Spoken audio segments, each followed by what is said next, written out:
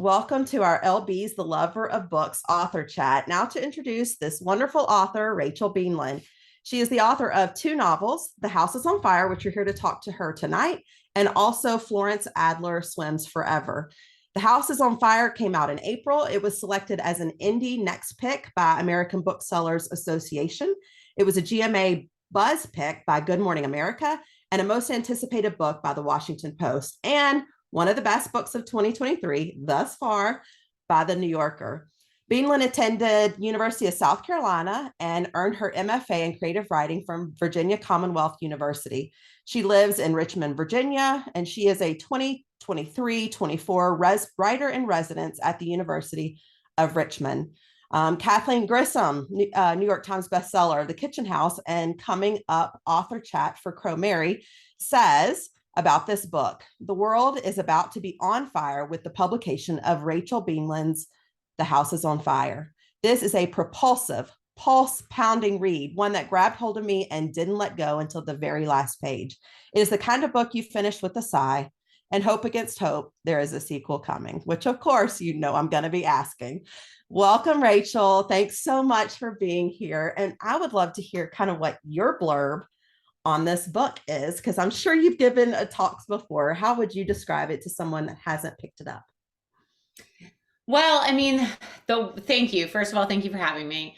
The first thing I usually just say is that it is a fictional account of the 1811 Richmond Theater fire, which is an event that you have probably never heard of, before reading this book.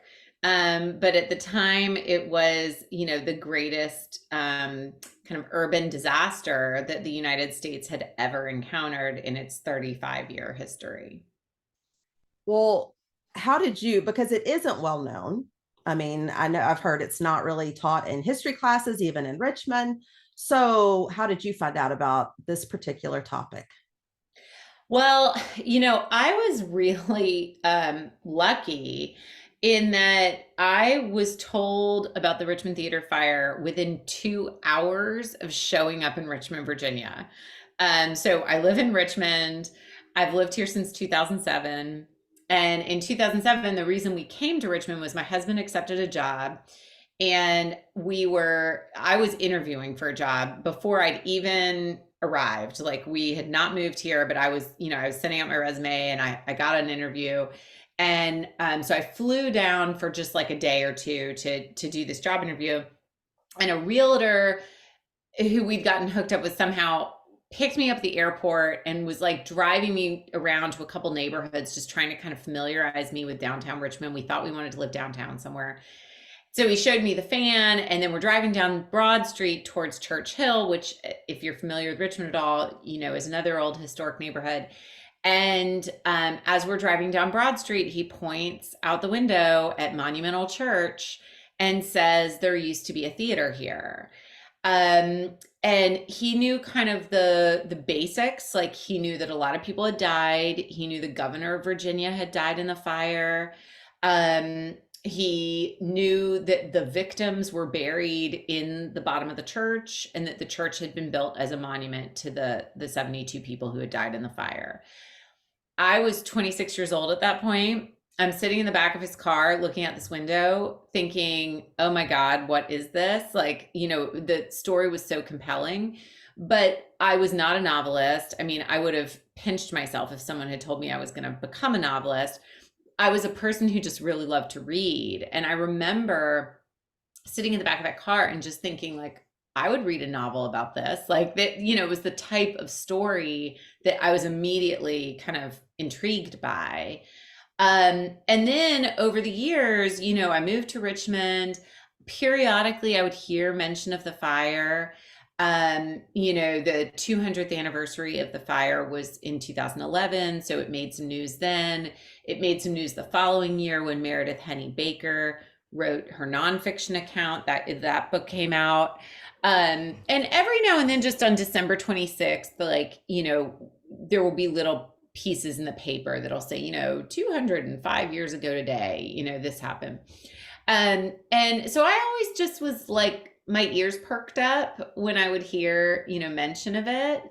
But it really wasn't until the pandemic, and Florence Adler Swims Forever, my first novel was like almost out in the world, and I'd been working on something else. But with the pandemic, everything shut down and all travel ceased, and it was so crazy. And I started thinking like I might want to write a novel that's set a little closer to home. And so it was like kind of those two things that came together. So this realtor that dropped the magic seed in your lap in the car, did I see, like, have you acknowledged, does he know that No, he I've never heard from that realtor again. Like I no, like the realtor, and maybe he's like figured this out by like I don't even know if he's alive. Like I have no idea. But no, yeah, I know he played this really pivotal role. The funny thing is that if you're familiar with Richmond, you know that like I learned about the fire in my first 2 hours, but lots and lots of people live in Richmond their whole lives and never learned about the fire. Like, so it's absurdly lucky that I heard about it in the first 2 hours I was in town. So yeah. well, the question from the person that contacted me, her very hungry reader is her username. She said, I grew up in Richmond. She said, I'm just curious why I've never heard of this fire. She said, I don't remember ever being taught this in school. She said, is there a statue somewhere? I know you've mentioned, Memorial Church, but is there any sort of plaque or something to show where it happened? She said, I'd definitely like to find it the next time I'm there. So Yeah. So yeah, Monumental Church um, on Broad Street in Richmond, which was built as a monument to the 72 people who died in the fire, has a kind of beautiful, like almost obelisk monument. I don't know what you want to call it exactly. It's kind of like it's like a big giant urn almost, but pointy. I don't know.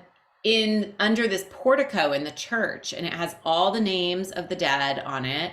Of course, the white men are facing the street. They're all together. And then the women are on three other sides. And at the bottom are the six Black and multiracial victims. Like, it's very 1811 that way.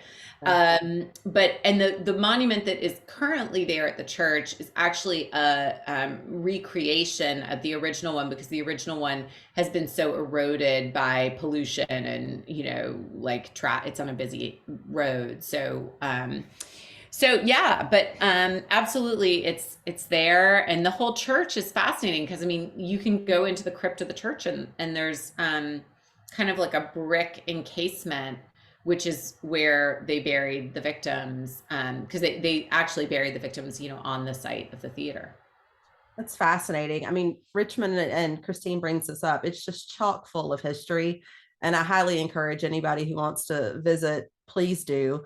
You did mention that this was an idea to pick up during quarantine time. Can you tell us, since you have written two novels, what the differences were in writing them because of that change in all of our lives, right? Yeah, yeah. So, I mean, for me, the pandemic actually changed like even the topic of what I was writing about, because suddenly I realized that, I'm not going to be able to travel. If I can't travel, I can't do the research for the book I want to write. Like, what am I going to do? I need to write something closer to home where I can get to archives and get to the places I need to be. So, so that was one way the pandemic affected me. But of course, the other way is just the fact that like I'm a mom of three kids. I had a second grader who I was homeschooling during the pandemic. I was washing my groceries like everyone else in the beginning, all these things we were doing that were totally crazy. And then, my husband and I were kind of splitting our day so that, I could go up to the office and write, and then he would come up and teach his classes, and then we get like, it was just nuts. And I think like all of the angst I was feeling all kind of got poured into this book. So, it's no wonder, if you read the book and feel like you're having a mild heart attack as you're reading it, I was having a mild heart attack writing it. Totally understandable. You mentioned the research part of it. How did you do your research? Talk about, were you able to go on location for some of this stuff, or is most of it online? Tell us that Yeah. process. So, I was really lucky. in a few different ways. I mean, one was Meredith Henny Baker, who's a local public historian in Richmond, had written a nonfiction book about the fire, which is called The Richmond Theater Fire. And she, as I mentioned, had published that in 2012. So that was a great kind of introduction to the fire, where I, as soon as I read that, I realized, oh my gosh, there's so many stories to come out of the fire, and there's so much material here. And I just kind of knew as a novelist, there was going to be plenty for me to kind of, carve out. And then, I got really lucky because, I live in this incredible city that has these wonderful archives. And so, the Library of Virginia is here, the Virginia Museum of History and Culture, the Valentine Museum, just a lot of the John Marshall House Museum, really great history museums and archives. And considering that we were in the middle of a global pandemic, I mean, librarians and archivists, they get a big round of applause for me just in general right now. They are really in the trenches. But in particular during the pandemic, a lot of these archives stayed open, and, and this was at a really risky time, and a lot of places were shut down. But, I was able to go into the Virginia Museum of History and Culture and the Library of Virginia, and we were all masked, and they would kind of give me a document and then run away, and give me another document and then run away. And, but it was wonderful to be able to still do that. And so, yeah, I didn't have to go very far, to get most of the book researched, but it was all at my fingertips. Well, and I did see that your relationship with what is her name? Mary? Is it Mary? Meredith. Yeah. Meredith. That she really stepped up and helped with documents as well. Oh my God. So I called her, once I was like sure of what I was doing and it started working, and like was like, okay, I'm not going to change my mind on this or anything. I reached out and said, would you want to go to coffee? And of course we had to wait until we like could actually see other humans. So we got together. When we got together, we were still at the stage where everyone was like, we met at an outdoor cafe, we sat 6 feet away, and we still had cloth masks on, if that gives you any indication of kind of where we were in time at that point. But she showed up with a bag of all of her research, all of her old photocopies from archives and that kind of stuff, just like, and was like, I'm done with this. Do you need it? Which is just such a generous way to be in the world, right? Absolutely. So yeah, and it's been great. Like she and I have done a number of programs together where, libraries and different organizations will book both of us so that we can have this whole discussion about like fiction versus nonfiction, and, two different approaches to looking at the library or to looking at the Richmond Theater Fire. So it's been fun. We've gotten to know each other really well as a result. Well, I find that fascinating, that overlap. And how long did it actually take you for the research portion? Did you do all the research, or do you piecemeal it as you need it? Because there's so many little caveats and factors and, things that really went into this novel, that it's not just the fire, right? I mean, so I do it both ways. I kind of like spend a good chunk of time just reading and researching, just to get my bearings. And while I'm doing that, I'm kind of thinking about character and I'm thinking about plot a little, and I'm just like doing as much reading as I can. And I just try and stuff my head, right? And then eventually I get to the point where I'm like, okay, just start writing, Rachel, because you don't know what you need until you get going. And then I would say I'm at that point, I'm researching every day still, but I'm just doing it in like chunks. So, I'll try to write in the morning, and then I'll research at night, or sometime when I'm a little like more tired and not able to think clearly, like that's a good time to read something that I might need the next day. I'm also really famous, like my agent and some of my mentors like make fun of me because I'll write a sentence and I just leave blanks, so I'll say like, he put the blank on the table and turned, to face the blank. And I know that what I'm really looking for is like whatever the old fashioned word is for, wine glass or something, but I've got to go like look for it. and I don't want to interrupt the flow of writing to go find that thing, because I mean that's the easiest way to distract yourself, right? Like go down some rabbit hole on the internet. So I save that and then I'll do it when I'm, more tired. So you mentioned having to research characters, and you chose four from very different walks of life and status. And how did you go about narrowing it down? Because there's a lot of different options you could have chosen, right? So Mhm. how did you come about with Sally and Cecily and Jack and Gilbert? How were those four particularly chosen, and why? I was very interested in the fact that the fire really affected everyone in Richmond. It sounded like, from what I read, like nobody was unaffected by this fire. Richmond had about 10,000 people in it at the time, 5,000 white residents and 5,000 free and enslaved blacks. You had the theater could accommodate about 600 people. Probably it could accommodate more like 500, but it was really crowded that night. So we're thinking about 600 people in the theater. And some of those people were coming from out of town because the legislature was in session. It was the winter holiday season. People were in Richmond to party. It wasn't that you couldn't farm at that time of year. So, it was a good time to be in Richmond. So you can imagine the city was a little bit crowded. But, overall, if you're talking about a town of 10,000 people and 600 people in this horrible fire, everybody knew somebody who was affected, by this event.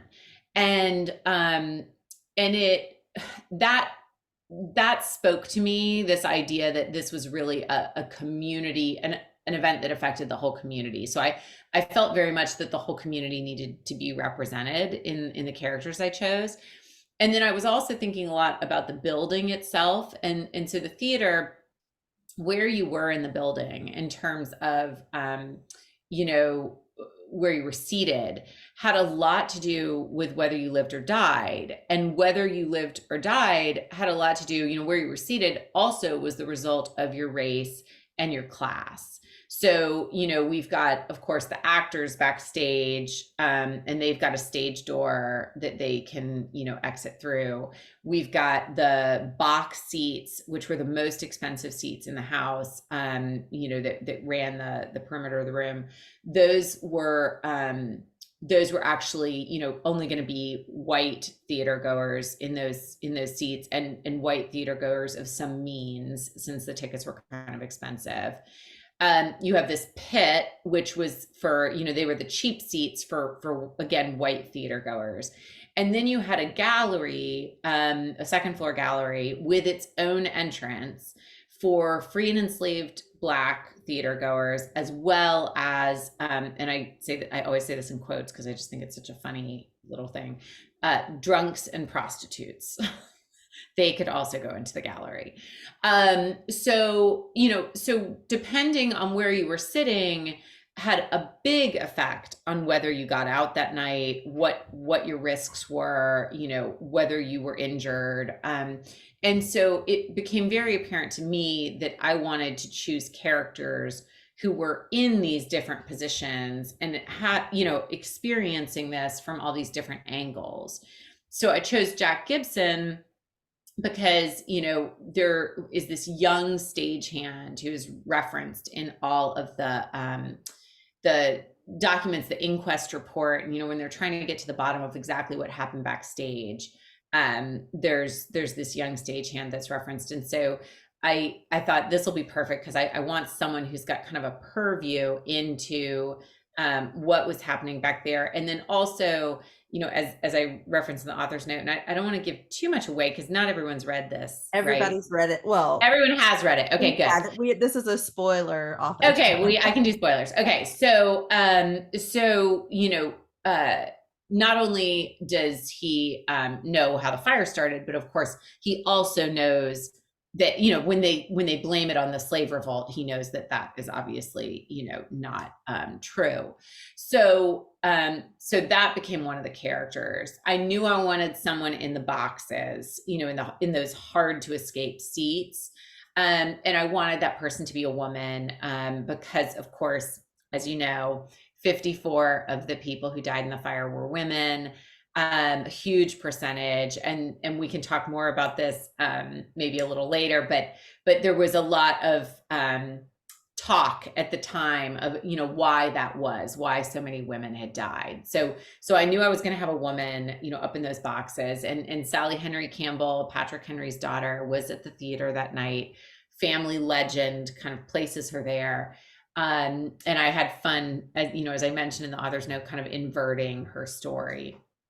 Um, Gilbert Hunt was such a hero, you know, the night of the fire. And I became so interested in not just what he did that night, but I became so interested in what happened to him afterwards, you know, because I knew he didn't get his freedom after the theater fire. He didn't get his freedom until he bought it for himself in 1829. So that immediately fascinated me. Like, why was this man not rewarded for saving so many women, you know, that night? And I just wanted to be able to explore that.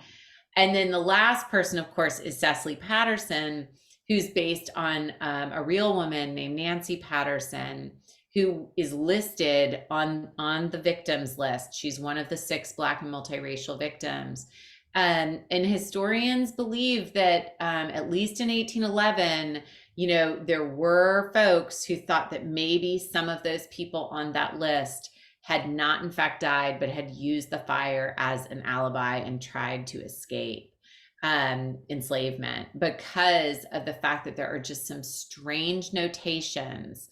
And it's like, why do you need to say, if everyone on a list is dead, why do you need to say next to Philadelphia's name, you know, missing? Or why do you need to say next to Nancy Patterson's name, supposed to have perished?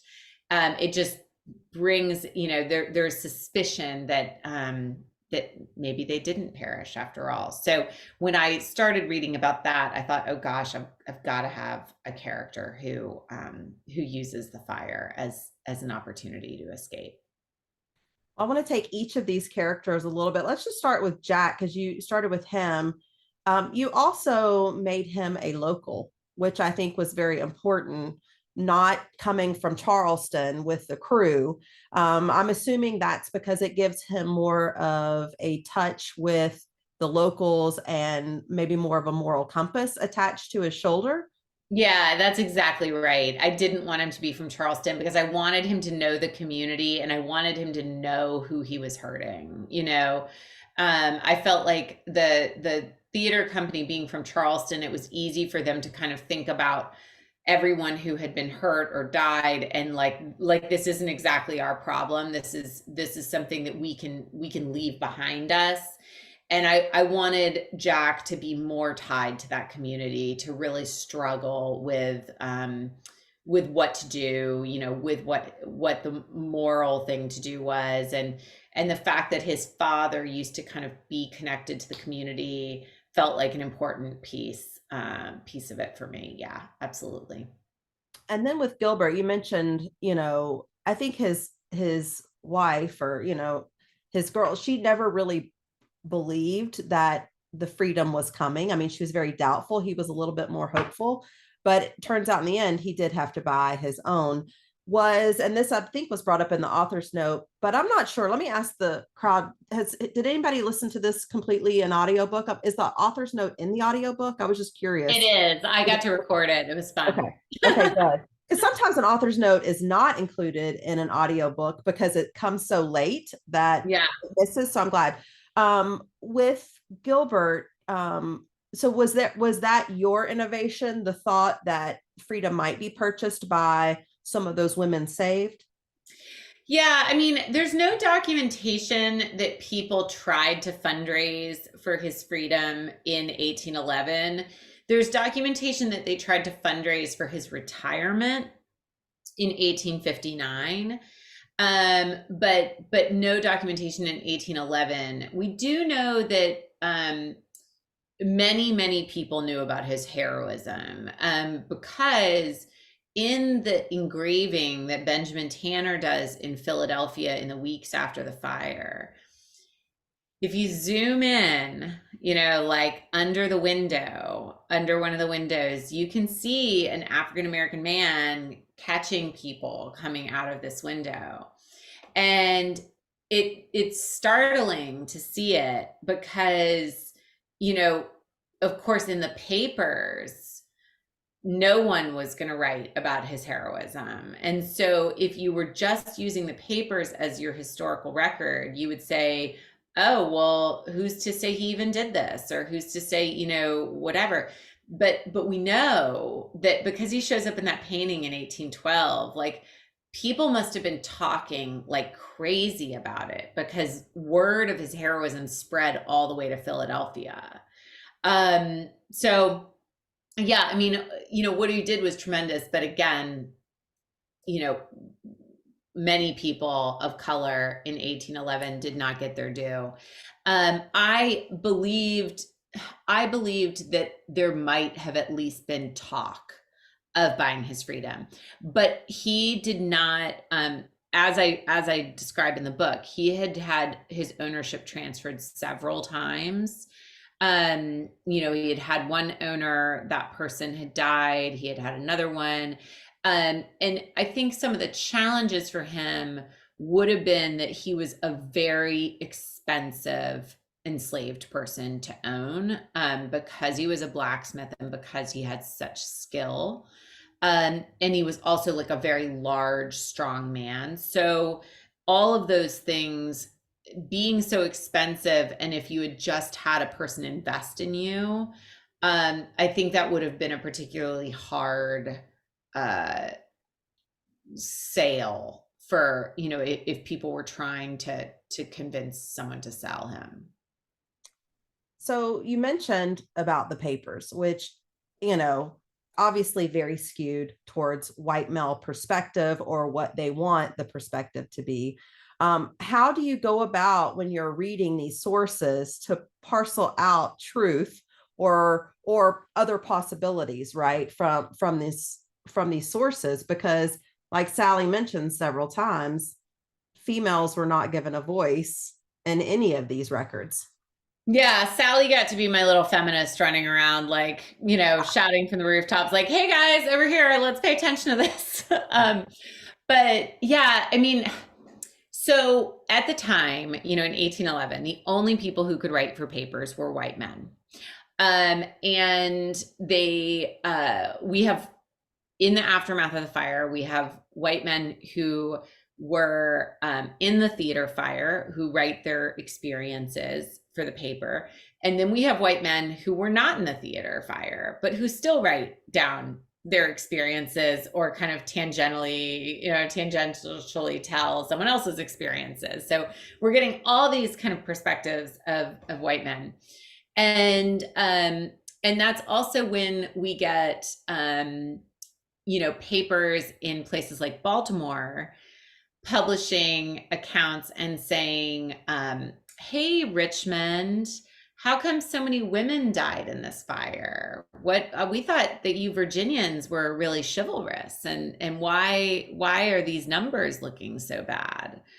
And we start to get, you know, all of these new accounts in the paper the weeks after where it's almost like thou doth protest too much. Like the guys are saying, you know, well, it was the dresses that were making it hard to escape. And you know, we've been so chivalrous, we'd given up our seats, and, you know, just any kind of excuse that would like work to kind of justify what was happening.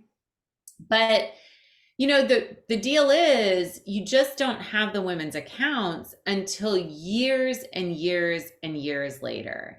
And I think this is one of the challenges of, you know, reading history in general, right? Is you've always got to read it and ask yourself, who got to write things down, you know, at that time? And for women who were in the fire, they went home and wrote letters, and they wrote in diaries, and those letters and diaries often got saved, but we don't see them as part of the historical record until often like 100 years later. Like the women have to die, their letters have to be passed on to their children and their grandchildren, and eventually somebody, you know, many generations later donates them to like a historical society or something and says like, here, the great grandma so and so was in the fire. I don't know what to do with these, you know. And that's when we start to get the accounts of women. There was a wonderful account of a woman who was actually saved in the fire by a man she later married. And we don't get the account until 1940. I Wow. mean, so, you know, it's just as a writer, that's to me like that almost gives me chills. Like this idea that, you know, we're getting all of these details, but in very different times. And for people of color, we have to remember we're often never getting the accounts. Right. You know, we're lucky that we have Gilbert Hunt's account, and his account is a little strange. We have to kind of always ask ourselves, like, well, who wrote it down, and you know, who was asking the questions, and who was publishing it, and who had the power, right? Um, so Gilbert Hunt's account is not perfect in that way. But still, it's more than we've got for most people of color in that time. Absolutely. For Sally and for these other women, you know, you mentioned the letters. And so you obviously were able to read some of these for your research as well, I'm assuming. Mhm. Um, what's so sad is that those are firsthand accounts that were never even considered worth talking about, yet a person who wasn't even there was giving their account of an account of an account, you know, kind of thing. Right. Yeah. It's just, it blows my mind, but obviously that's the time. Even with Sally's name, which when she wants to throw around some weight, she obviously says Henry Yeah. instead of just her married name. Even with that, it's still not enough for. Right. Yeah. No, I mean, and you know, I mentioned her story in the author's note as well. Like, you know, when her second husband dies, Mr. Scott, like, you know, she marries Mr. Scott after the fire, and they have, it sounds like some happy years together. They have three children, but when she's pregnant with her third child, he dies. And you know, she's right back where she started, like, you know, can't stay at his house because his house is going to be inherited by his son, you know, has to move along. And you know, it was kind of a constant challenge for women trying to figure out how they were going to piece together a life if they were a widow or if they were unmarried. Because, you know, property rights were part of the problem.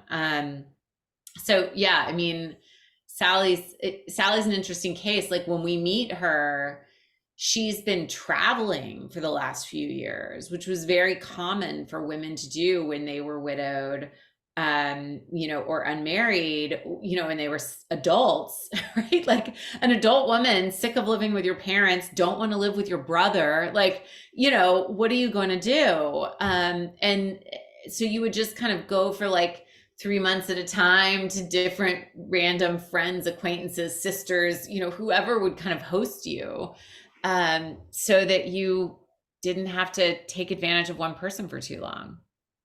You're sort of at their mercy, but in a way, Yeah. you sort of have a little bit of autonomy in that if something were to happen to you, you still have a say, I would assume. Would that, is she in a better, I guess my question is she in a better situation as a widow or when you're married, when you have basically no say, like for instance, with Margaret, with her health, Yeah, I think it all depends, right? right? It all depends on who the husband is and, Right. you know, like, so in Margaret's case, she's not maybe better off being married. But you know, if you're married to the right person, it would be better. Yeah, Margaret was a cautionary tale in terms of marriage. Gosh, it was awful. You know, part of, you know, I am glad that you chose someone in the box because that that escape scene, you know, was what you described, heart-rending. Like, it was just so much emotion. And Kelly mentioned the amount of stress I had reading about people being stuck in stairwells and then jumping out of windows. She said, I have to say, it really made me think about 9/11. Yeah. This comparison, I'm sure, has been brought up before. Well, and honestly, I mean, you know, take the terrorism aspect out. This fire very much was the 9/11 of its day. I mean, it was that significant at a national and even an international level. I mean, it was reported on in London, Boston, New York, Philadelphia, Washington, Baltimore, any major city was publishing not just stories about it in the paper, but there were all these sermons that appeared because every minister was giving a sermon on the fire and what it all meant and how we all needed to return to God, and this was God smiting us, and people would buy engravings to keep in their home of either Benjamin Tanner's engraving, or they would buy, there was an engraving of Monumental Church after it was designed, like the architectural drawing was available as an engraving. People would buy commemorative books that were published. I mean, we have examples of these from Boston, from London, from New York, these books that were published locally that had reportage about the fire, sermons, the inquest report, lists of other famous theater fires, like going back, in Europe in the, Renaissance and stuff. All this would be in one kind of place so that you could have this pretty little book to put on your shelf and like this is everything about the Richmond Theater fire. Well, So commemorate. yeah, it was that. I mean, Congress was wearing black armbands for a month. Not just the Virginia General Assembly, but Congress. So yeah, so the comparison to 9/11 is not a terrible one. Yeah. Well, it's, it really did hit home. I know I felt that fear, that you really tapped into emotion there. So I wanted to say great job on that, because it could have gone, several ways, but it captured what those women went through perfectly. And I hate to say I enjoyed it, because it's a hard, like it was. Sometimes I sign people's books and I'm like, happy reading or hope you enjoy. And I'm thinking like, oh God, I don't know. Yeah. You might not enjoy it, but I mean, I want it to be a good read. I hope it's interesting and that It is, and it was a people page. connect to the characters, and yeah, but it is. Absolutely, it's a page turner. I love when you're talking, when Margaret is finally talking, and she, they're talking about the cowards. Basically, these men were cowards. But the thing I think that's gonna stick with me is when she said, "I think we were sold a false bill of goods," because in that moment, I mean, that's just for the time period, right? Because everything was so transactional.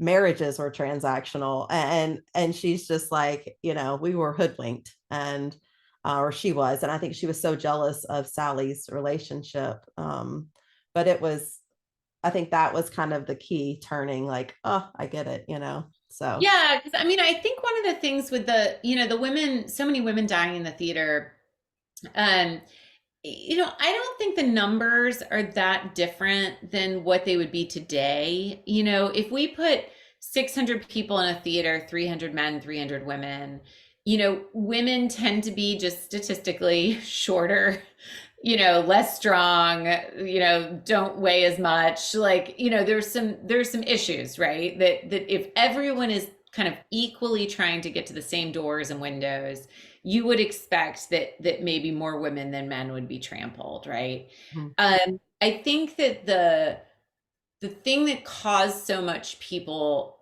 the reason so many people were so shocked in 1811 was that they had been raised with this idea that the men were going to protect them, right? That it was not every man for himself, that they were living in this world of Southern gentility and male chivalry, and that if the women did what they needed to do, and were polite and learned all the skills they needed to learn, and were good wives and good mothers, that they were going to be taken care of, and this kind of flew in the face of everything that they had been told. And I think that's really the issue. Absolutely. All right, I'm going to ask some rapid fire questions. Everybody be getting your questions ready. Just quickly, what's off the top of your head? Are you an early bird or a night owl? Early bird. Do you write with or without music? Oh, without. Or are I you can't even have music without words. Like I can have nothing. silence, basically? Silence or white noise, and even I'm picky about my white noise. Like, Do no, you I'm a mess. prefer, do you prefer the theater or a movie theater? The theater, still the theater in spite of everything. But I do like very well lit exit signs. Yes. Winter or summer? Summer Essays? Do you like writing essays more or novels? novels. South Carolina or North Carolina? I'm sorry, go Gamecocks. I should say South Carolina or Virginia. Really. Yeah. All That's right. Short or long chapters? well, I think it depends on the book. Depends on what you need. This book needed the short chapters, but my first book had longer chapters, and I had a reason for doing that too. So Do you prefer historical or contemporary fiction more? I like it all. I'm sorry, I can't pick. I mean, I've written two books that are set in the past, but it's only because the past was required, like for those stories. But if I have a good story that needs to be set in contemporary times, like I don't think I'll shy away from it. Plotter or pantser? God, I'm so sorry. I'm like giving you all these middle of the road questions. I actually plot the beginning of my book and then I don't plot the rest. So I'm really a 50-50 girl on that. All right, sounds good. I will let you off the hook here and go to some readers' questions. Does anybody want to raise their hand and ask? If so, go ahead. There's some here in the chat box, so we will go ahead. Jessica says it was incredibly interesting. I cried. Admittedly, I was afraid there was going to be more slave deaths. I was glad there was not. I'll just follow up to Jessica's question. What considerations do you have when talking about slavery in this book? I mean, obviously, I wanted to do it very, very carefully and sensitively. I did a ton of research. I read a lot of narratives. I read a lot of fiction. And I tried when I was reading historical fiction set during slavery to read primarily writers who were writers of color, Black writers writing about slavery. Um, and I just wanted to make sure that I was writing every character as a completely round, fully fleshed out human being. Yeah. So here, thank you very much for that question, Jessica.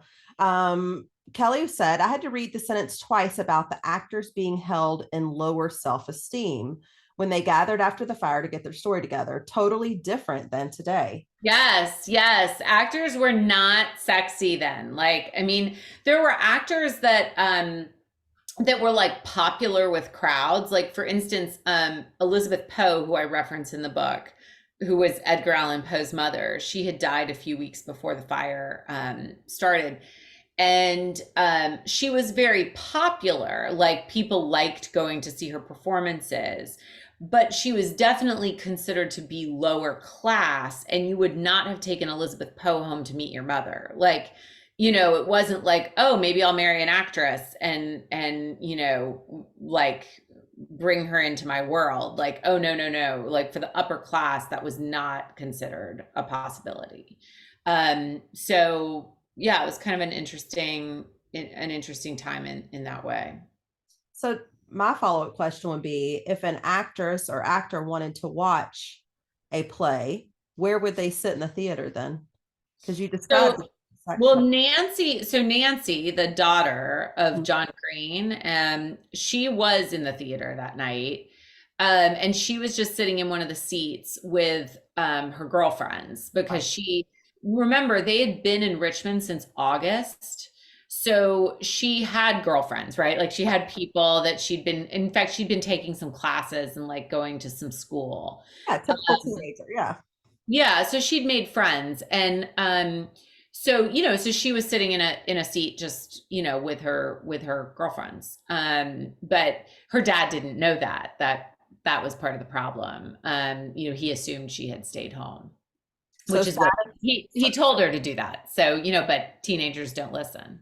So status wise, an actor would be not necessarily with the drunks, and they would actually be in the Yeah, lower yeah, I probably. think they could have been in the pit or, and because she was a teenager, I don't know if she was able to like sneak into a box, with her friends or, who knows. But in general, actors were held in lower esteem in the early 1800s. Yeah. So Jessica and Kelly both want to know about what happened with this book in particular. If you can sort of give us the circumstances, I know you were invited to an author event down in Florida at the JCC. Would you just sort of tell us about that situation? Because I know that was one of the reasons we're here tonight. We're starting off band. Yeah, yeah, you So you discovered me. Yeah, no, I mean it was like a crazy circumstance. So I had been invited.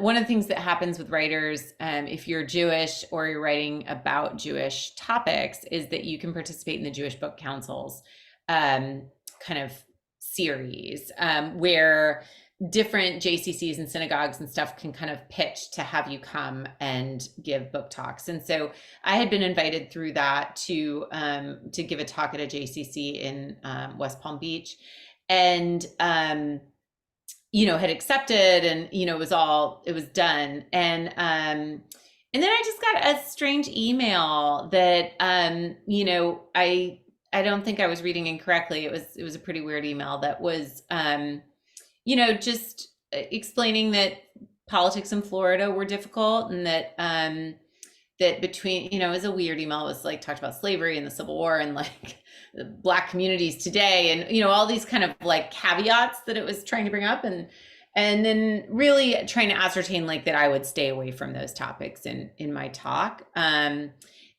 wanting to make sure that I was going to talk about something that would be more palatable. And I wrote back a polite message saying, that I'm always aware that audiences are made up of people of different political persuasions, but that, my book is set in 1811 Richmond, Virginia, and slavery is a component of the story. Not just slavery, but women's rights, and there are a lot of topics that are still, of course, relevant today, but touch the story of the Richmond theater fire. And essentially, I wasn't going to play the game where I didn't talk about slavery in a presentation about a fire set in 1811 in which actors were blaming the fire on a slave revolt. So after that, they disinvited me from the event. And I felt like because they were so transparent about why they were disinviting me, it was all there in black and white. I felt like I owed it to writers of color who, often don't get this level of explanation as to why they've been disinvited from something, or maybe not invited in the first place. I felt like I really, owed it to them to share the story and show how dangerous it can be when, sometimes we think about the policies, that are kind of coming down, from government. And we think about, oh, well, this just affects K through 12, or this just affects, high schools in this particular county, or this book ban just affects, people over here, but not over here. And, I think in the particular case of this JCC, it was a private organization, privately funded. They don't need to follow, Governor DeSantis's K through 12, policies. But I think there's something that happens when we start regulating books, regulating, readers, censoring books. There's something that happens where it creates this culture of fear. And, people worry that they're going to say or do the wrong thing, or they're going to, upset somebody. And, one of the things that Timothy Snyder talks about in his book, he talks about ways to kind of fight tyranny. the very first thing piece of advice he gives is, do not obey in advance. Like if we want to keep a strong democracy, we have to not obey in advance. And it feels like that was something that was happening in this case. First off, I'm sorry that that ever happened to you or to any author, and I'm grateful that you did speak up. Two, I can't imagine anybody who's read this book could think that it could be discussed without talking about slavery. That blows my mind. Right. And third, I would just love to hear what the reactions were when you did give a voice to this, to this event, to this story, to you being uninvited. Yeah, I mean the reactions have been, overwhelmingly positive in terms of, I mean, people are obviously horrified that this happened, and I've gotten a lot of wonderful outreach from the Jewish community saying, this is of course not what we stand for, and we can't believe that this happened, and of course, like this was one JCC, it wasn't the Jewish community, but there's been, overall just I think a lot of horror and it's I hope that what it's doing is motivating people to just really think about the ways that they can advocate, against censorship, against book banning, that this stuff has so many consequences, as we move, further down this path. I just wanted to read what Misty typed in the author chat and the chat box. She said, "It's interesting that this book event wanted to change what you talked about the same way the papers one after the fire changed the narrative of what happened there as well." Right, exactly. No, it's something I'm sensitive to, for sure. Absolutely. Yeah, very good comparison there, Misty. Jessica, let's see, has a question. So I will spotlight her. Go ahead, Jessica. Hi. Not so much a question, but just to share an experience I had in context with the book. First, I love Florence Adler, and I love this book so very much. And I listened to it, and I needed a copy. Ah, I love it when people buy it in multiple formats. Thank you. I'd gotten it on audio from the library, and after I finished it, and in particular after I learned of what was happening with the JCC in Florida, I was like, I need to actually buy a copy of this book to, in my small way, to show my I support. appreciate it. But I was having coffee with a friend of mine who is a book blogger, interviewer, bookstagrammer, and we're sitting there, and her cell phone rings, and she looks at it, she's like, "Oh, I kind of need to take this. Like, this isn't a person that would normally call me." It was another author that she had interviewed and is friends with, and the other author was in tears because it was in the very height of when you had been disinvited from to the event at the JCC, and the other authors like have spoken to this person and that person, and what can we like? What are we going to do? And it was just so interesting to be a little fly on the wall.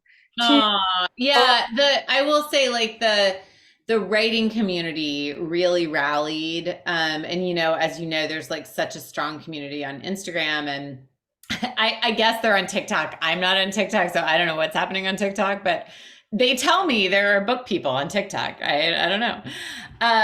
And yeah, but thereby for the grace of God, right? Like it's all of us. Like it gets very scary when you're being told not to talk about things, especially things like slavery, where it's like, if for better or worse, like it's such a fundamental part of the fabric of our country that this idea that there would be these huge topics that are off limits, it's scary, and I think that a lot of writers start to get nervous when it can sound like something that's just affecting one writer, but it affects all of us. Thank you, Jessica, for sharing that. I really appreciate it. We do have some other people that also, said thank you for sharing, for being uninvited. Jill said the same thing. And Kelly said specifically living in Florida, the bans have been particularly difficult. So again, thank you for speaking up. I did have one more question in here. Let's see, where did it go? Christine says, my voice is strained after surgery, but wanted to ask you if you can tell us what you are working on now. Yeah. I always get so nervous with that question, Christine. I am working on something, and I always tell people that, because people say, well, is it historical fiction? You know, I mean, it's a novel. But the joke is it's only gonna it's historical fiction depending on when you were born. So it's that historical fiction. So, you know, if you're like under 20, or, you know, you might consider this historical fiction. If you're, you know, 70, you might be like contemporary times. So anyway, yeah. There was another comment in that said, I've not read the book yet, but I will be reading it very soon. I'm buying your book. Thank you for being a strong woman and standing up for your beliefs. So Oh, a lot of people are behind you. And I did love seeing that literary community really come together. I know Kate Quinn, Fiona Davis, Lisa Barr is going to be writing an article on this, and I believe quoted you as well. So everybody can be on the lookout. And if I find that, if you can ever if you do see a copy, just send it to me, Rachel. yeah, I will, totally. I'll post it to this group as well. But it's just been wonderful talking to you. But I do want to ask books you have read recently, or maybe books you want to recommend to the group. We would love to hear and get those book recommendations. Yeah. So the most recent book, and I just finished it. It took me a while, but not because it wasn't good. It's because it's nonfiction and it's not about the topic that I'm currently writing a novel about. So it was like the book I was reading between a bunch of other books. But I just finished Chesapeake Requiem, which I am like 5 years late on. But this was the book about Tangier Island in the Chesapeake, which is an island. It's one of the first islands that will probably be kind of like claimed by global warming, you know, in the United States. It's a small fishing community. It's, you know, gosh, it's tiny and kind of like getting tinier because of the encroaching bay. But I happened to go visit this summer and see it. And then there's just a wonderful, wonderful nonfiction book about this community called Chesapeake Requiem by Earl Swift. And so if you read any nonfiction, I would highly recommend it. I'm looking back at my notes to find, like, you know, some fiction that I've read recently. I just read Jennifer Egan's The Keep, and that's an old one, but like I'd read Manhattan Beach, and I haven't read The Candy House, but I've read, you know, of course, A Visit from the Goon Squad, and I really liked The Keep. I thought it was very clever. I also loved Ramona Osabel's The Last Animal, which came out this summer. Did anyone read that? It's got the little elephant on the cover, like the woolly mammoth. It's so good. So good. The Last Animal.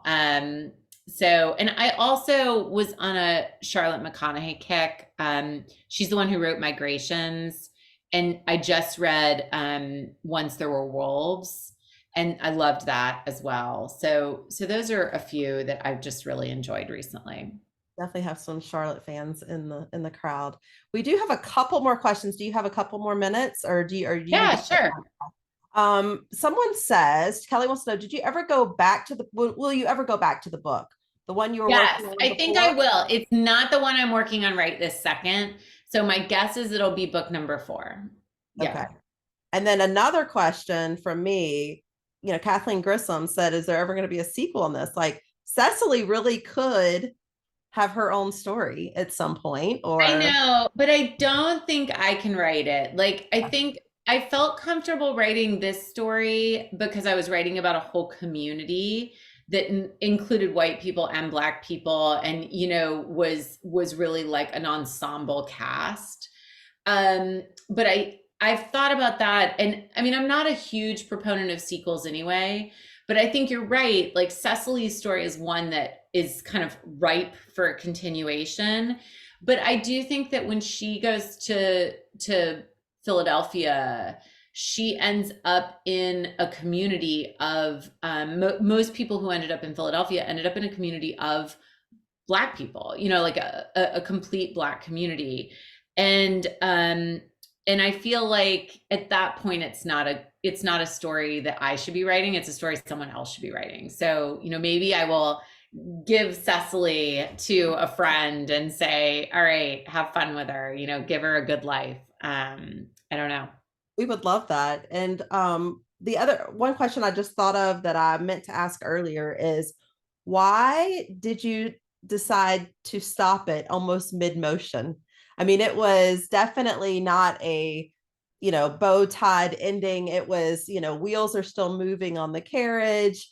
We don't really know what's going to happen to Sally. Jack has a lead, but it really is just left open. Yeah, I mean, you kind of like could keep going and going with it, right? Because it's history. So, like, they all kept doing, I mean, the War of 1812 comes. Like, there's all this stuff that happens, right?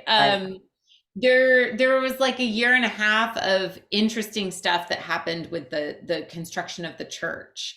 There was all this drama between Robert Mills, who ends up stealing the designs of Benjamin Latrobe. Robert Mills is the architect who designed the Washington Monument, and he designed Monumental Church, but really it was kind of Benjamin Latrobe's designs. So, there's all this stuff. Sally and Mr. Scott are going to take another year and a half before they get married. It keeps going and going. I mean, Gilbert doesn't buy his freedom till 1829. Like, what am I going to do? Go till 1829? So I kind of felt like I've got to cut this off somewhere. And the funeral felt like the right place. There was like a day of remembrance that took place at kind of the 7-day mark, and I toyed with the idea of going that far. But really, once Cecily was gone, when she was on the road, I didn't think it was going to make sense to kind of keep going back and forth between people, because at that point it's like, she's not in Richmond anymore. It's not, that's a different story for her. So, and the theater company really, they got out of Dodge. In real life, they were like, oh, good, we're off the hook. Okay, peace. And they left Richmond. They went to Norfolk. Then they immediately got into a shipwreck. You're not even going to believe this. They shipwrecked on the way to Charleston. So that was like a whole other saga for them. So it was like everybody went on to lead these interesting lives, but it was like, how it is. There are these stories where it's like, they're interesting because everyone's in the same place at the same time. And then they take kind away, of some of those stand out, and so that's what I felt like was happening here. And with the theater company, you mentioned that it was everything sort of shifted afterwards, and everybody was of a different mindset. So when did theater actually come back to Richmond? It was another decade before they built a theater in Richmond. So there was a full decade with no theater in Richmond. Wow. And during that time, they built a heck of a lot of churches. Mm-hmm. And really just like tried to get right with God. And this was really an event that in many ways ushered in the Second Great Awakening. Like, there was this idea that they had become too godless, that, that this was, because Richmond at that time, it was a party town. But, when England lost, the Revolutionary War and went home, they took the Church of England with them. That was it's like taking their toys and going home, And so the Episcopals in the United States were kind of like, well, the Episcopalians were like, what do we do now? Like, where's the Church of England? And so this was a time when it was like not very clear how you were gonna worship, if you had been worshiping in kind of this old way. And so a lot of the Episcopal churches fell into disrepair, and the Methodists and the Baptists and these other denominations start to gain in popularity. And it's just kind of a turning point for religion in the country.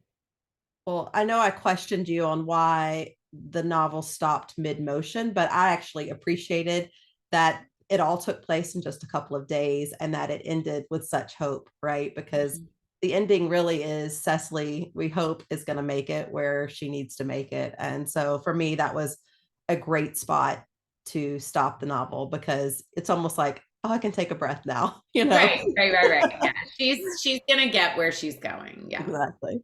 Well, thank you, Rachel. Thank you, readers out there, for joining. This has been a wonderful night of discussion and a great kickoff for Banned Books Week. I hope you can find some books that have been banned to read and purchase and support these authors. Please make sure you follow Rachel on her Instagram for her latest news. You can also check out her website. If you haven't watched, she has a great video for historic Richmond that you can go on a 7-minute tour with her and see all these places live on YouTube. So it's really fantastic. Speaking of YouTube, if you can subscribe to the LB's The Lover of Books, my YouTube channel, where I put all the recordings. I think I'm getting close to 35 up there. So you might find more books that you've read. You can follow me on Facebook. I'm also on Instagram. You'll find reviews and recommendations there. Coming up Sunday, October 22nd at 8 p.m., we're chatting with author and memoirist Dani Shapiro for her novel Signal Fire, celebrating the release of the paperback. So this is Two Families, One Night, a constellation of lives changed forever. An ancient, majestic oak stands beneath the stars on Division Street, and under the tree sits Ben Wilf, a retired doctor, and 10-year-old Waldo Schenkman, a brilliant, lonely boy who is pointing out his favorite constellations. Waldo doesn't realize it, but he and Ben have met before, and they will again and again, across time and space and shared destiny. Urgent and compassionate, Signal Fires is a magical story for our times, a literary tour de force by a masterful storyteller at the height of her powers, a luminous meditation on family, memory, and healing power of interconnectedness. This was a best book 2022 for Time Magazine, Washington Post, Amazon, and others. It's a national bestseller, and the Washington Post says, a powerful work. Signal Fires doesn't shy away from loss, but seeks to balance grief with grace. Shapiro's novel offers the comfort of a view from the stars. Doesn't that sound magical? I hope everybody gets a chance to read it. If you know of an author that you would like to hear us chat with, please let me know. You can subscribe, like I said, to my YouTube if you missed part of this and check it out later, or other chats. But Rachel, you've just been such a delight. I could have asked you, I have a list this long of questions. So I love, it was just fabulous. Oh, well, thank you very much. Thanks for having me. We can't wait to read more. So keep us posted on what you're writing. Oh, I totally will. All right. Bye, guys. Bye, everybody.